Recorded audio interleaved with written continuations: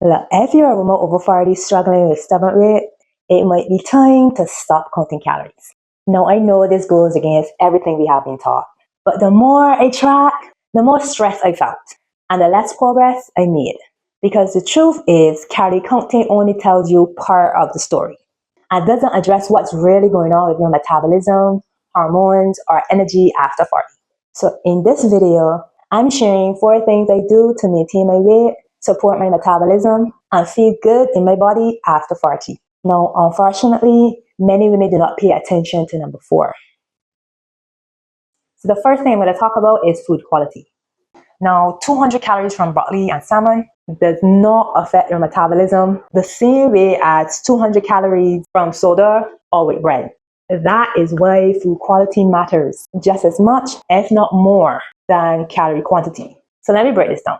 Let's look at the absorbable calories. So say you're eating a handful of almonds. The label says 168 calories. But studies have found that your body may only absorb around 129 calories from that serving. So that is about 20 to 30% fewer calories than what's printed on the package. Why is that? Because whole foods like nuts have natural barriers like fiber and intact cell walls that make it harder for your digestive system to break them down fully. So some fats and nutrients pass through your body undigested, meaning you don't absorb all the energy. Now, this effect isn't limited to almonds. It happens with many high fiber, minimally processed foods like seeds, legumes, and whole vegetables. Your body works harder to digest these foods. So as a result, you absorb fewer net calories while boosting the determined effort of food, which is just a fancy way of saying your metabolism burns more energy during digestion. Now, let's compare this to processed foods like almond butter. Now, the almond's natural structure is completely broken apart when they are grounded into a smooth, creamy butter. Now, that means your body no longer have to work hard to digest them, as the fats and nutrients are readily available and quickly absorbed. So while a serving of whole almonds may pass partially undigested, leading to fewer absorbed calories, a serving of almond butter, your body absorbs almost all of those calories. Now, the same goes for other nut butters, fruit smoothies, protein bars, and when foods are heavily processed, like instant oatmeal. So the more processed the food is, the easier it is for your body to absorb and store the energy, especially if it spikes blood sugar. Now, this doesn't mean you have to avoid almond butter or never touch a smoothie again. But I think it's important for you to realize how food is processed matters in boosting your metabolism and burning fat. I honestly don't do a lot of smoothies anymore. I would use, not almond butter because I don't use nuts anymore, but I would use tahini. But I try to limit doing smoothies. I would more eat the whole fruit. Now, the second point I wanted to raise with food quality is that whole food lower inflammation and feed your gut. Now, your metabolism is very much influenced by 2 often overlooked factors, which are inflammation and gut health. When your body is inflamed, even at a low chronic level, it sends out stress signals that can interfere with nearly every system involved in fat burning. Inflammation can disrupt hormone balance, impair blood sugar control, and slow down your body's ability to burn energy efficiently. So instead of turning your food into fuel, your body is more likely to store it as fat. This is where whole foods make a huge difference. Diets rich in antioxidants, omega-3 fatty acids, and fiber, think colorful veggies and berries, leafy greens, wild salmon, flax seeds, and walnuts. They all help reduce inflammation and create a more balanced internal environment. These foods also support your gut lining and feed the good bacteria in your microbiome, which plays a big role in how your body manages weight, cravings, and energy. But in contrast, those ultra-processed foods, high in sugar, refined oils, additives, and preservatives, they do the opposite. Now, studies show they raise inflammatory markers directly linked to weight gain and insulin resistance. They can weaken digestion and cause your body to hold on to fat as a protective response. So the bottom line is, not all calories are created equal. If you're only focusing on calorie counting, but still eating low quality processed foods, your body might be storing more than it burns. But when you focus on real whole foods, especially those rich in fiber, protein, and nutrients, your metabolism stays active. Your cravings are a lot stable. You're not as hungry, and your body burns more energy even when you're resting. So don't just aim to eat less, aim at eating better. So the next thing I'm going to talk about is meal timing. So this is a concept related to chrononutrition, which is just basically how meal timing affects fat storage, metabolism, and your energy levels.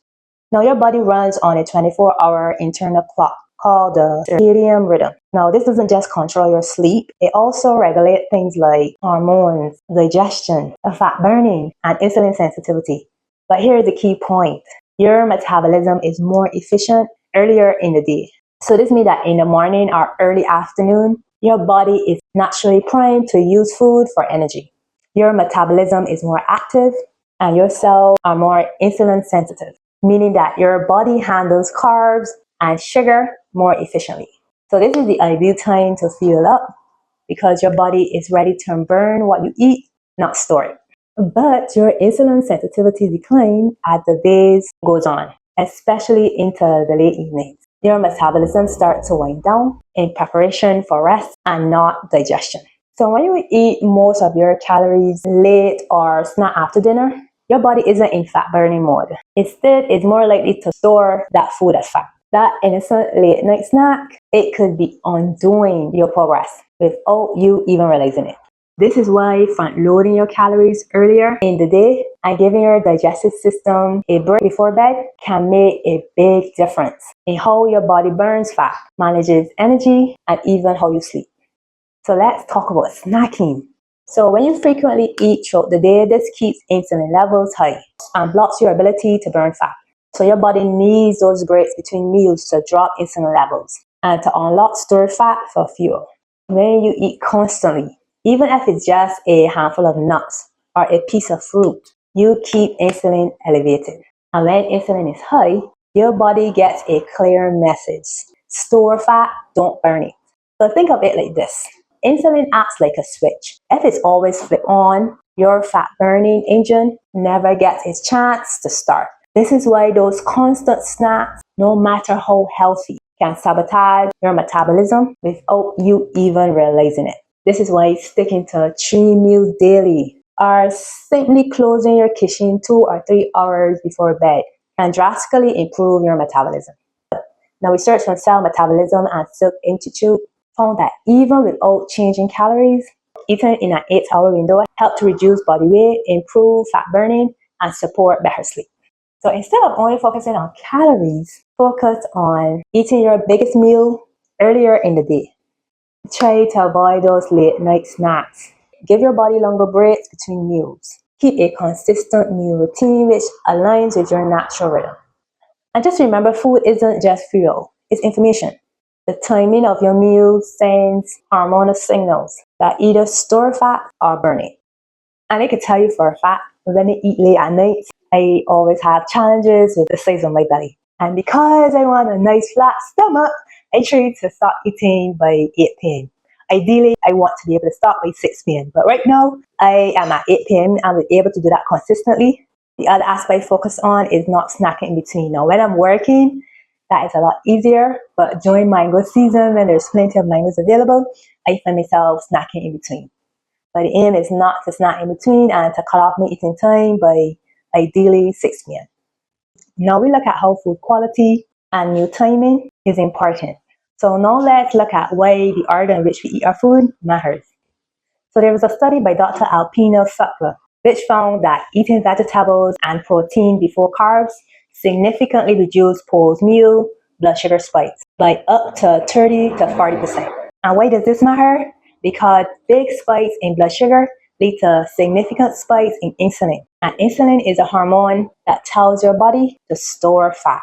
When insulin is constantly elevated, it blocks fat burning and encourages fat storing, especially belly fat, which is linked to chronic inflammation and metabolic issues. But when you eat fiber-rich vegetables and protein first, it slows the absorption of sugar into your bloodstream. This keeps blood sugar and insulin more stable, helping your body stay in fat-burning mode instead of storage mode. You will also experience fewer energy crashes fewer cravings, and better metabolic health overall. That's why separating the components of your meals where possible makes a big difference. So I want you to try this simple strategy at your next meal. Start with fiber, like a salad or steamed veg. Then eat your protein, whether it's beans, lentil, fish, chicken, whatever you prefer. Then save the starchy carbs for last, like rice, sweet potatoes, your desserts. But another key factor I want you to consider is ensuring that you do not eat your carbs alone. I mean things like toast, cereal, fruits on an empty stomach, because this causes a sharper spike in blood sugar and insulin, leading to more fat storage and energy crashes. The same goes for drinking your sugar. I mean things like smoothies, fruit juices, sweetened coffee, or soda. These enter your bloodstream fast and bypasses the body's natural fullness signals. So even if you don't change what you eat, this slight shift in how you eat can make a big impact, especially if you're dealing with stubborn belly fat, fatigue, or blood sugar swings despite eating healthy. So it's not only about eating less, it is about eating smarter. So I find that I tend to eat less when I start with fiber first and then protein. But you can try it and see how it works for you. So we talked about the importance of not only focusing on the amount of calories you consume, but also looking at the quality of our foods, meal timing, the order in which you eat your food. Now the last point I want to look at is detoxification. Now before I used to only focus on detoxing like every quarter. Now I'm realizing it's something that I should be focusing on every day. So let's talk about why this is important. Now, when most people hear the word detox, they think juice cleanses or expensive supplements. But in reality, detoxification is something your body is doing 24/7. And if you're over 40 and struggling to lose weight, especially around the belly, it might be time to look at how well that system works. Now, toxins are everywhere. We are constantly exposed to thousands of synthetic chemicals daily, whether it's through our food, water, air, personal care products, plastic, and even household dust. These chemicals include endocrine disruptors like BPA, phthalates, parabens, persistent organic pollutants like pesticides, dioxins, and flame retardants, heavy metals like mercury and lead. Now, why is this a problem? Many of these chemicals interfere with your metabolism and hormone function. They are known as obesogens, toxins that promote fat storage and make it harder for your body to burn fat efficiently. So more and more research has revealed that these obesogens can disrupt thyroid function, which affect metabolism. It can also increase insulin resistance, promote fat cell formation, and inflammation. Because your body treats these toxins as a serious threat. Your body often stores these toxins in fat tissues to protect vital organs, effectively locking them away where they will do the least harm. But here's the problem. The more exposure you have and the less efficiently your body detoxifies, the more your system clings to fat as a protective buffer. So in other words, your body may resist fat loss to keep toxins safely tucked away. So when your detox pathways, especially your liver, gut, and lymphatic system, are sluggish or overburdened, you are more likely to experience unexplained weight gain, slower digestion, hormonal imbalances. Because if your body cannot process or eliminate what it doesn't need, your fat loss effort can feel frustrating, no matter how clean your diet may be. So what can you do? You want to support your body's natural detox process daily, not just once a quarter. Eat cruciferous vegetables like broccoli, cabbage, radish, and kale. These are rich in components that boost liver detox enzymes. Try and incorporate some bitter foods like arugula, bitter melon, ginger, eggplant. Stay hydrated to help your kidneys and lymphatic system flush waste efficiently. So aim for half your body weight in ounces of clean water daily. More if you are sweating or active. Move regularly and make sure you sweat. I know women don't like to sweat, but sweating is important because this helps release toxins through your skin. This is one of your body's key elimination channels. As much as possible, limit your toxic load by reducing exposure to plastic, synthetic fragrances, and chemical-laden personal care products. What goes on your skin matters as much as what goes in your mouth. Make sure you eat plenty of fiber, especially from things like chia seeds, flax seeds, leafy greens, and root vegetables. Fiber acts like a sponge in your gut, helping to bind toxins and waste so they can eliminate efficiently through your stool. Now, without enough fiber, your body may reabsorb some of what it's trying to get rid of. And like I said, I used to only focus on this once a quarter, but I realized by doing that, even though I was eating clean, it really affected my health because my body was struggling because of the toxic load. So I make sure I do lymphatic massages every day. So that's something that you can look into. You can check out Dr. Kathleen. I think that's her name. So yes, calories matters, but they do not tell the whole story. Your metabolism is influenced by much more than the numbers on a label. Factors like toxic level, inflammation, food quality, meal timing, and the order in which you eat your food play a big role. That's why if you have been counting every bite, eating less, and moving more, but still not seeing results, it's not because you lack willpower. It's because your body is more complex than a math equation. So instead of just cutting calories, start supporting your metabolism. Ensure you choose whole, nutrient-dense foods. Support your detox pathways. Eat in a way that balances blood sugar and hormones. And start working with your body, not against it. I can assure you that fat loss becomes easier when your metabolism works for you and not against you. And now my biggest challenge is keeping my midsection under control. But I find once I follow these rules, it is a lot easier. So if your waistline is over 25 inches and you are finally ready to take action, now is the time. Because it becomes a lot harder if you keep putting it off. So I want to encourage you to grab my free guide, Get Back in the Driver's Seat. It's packed with some simple, doable strategies to help you reclaim your energy, focus, and health. All you have to do is click the link below and start taking back control one choice at a time.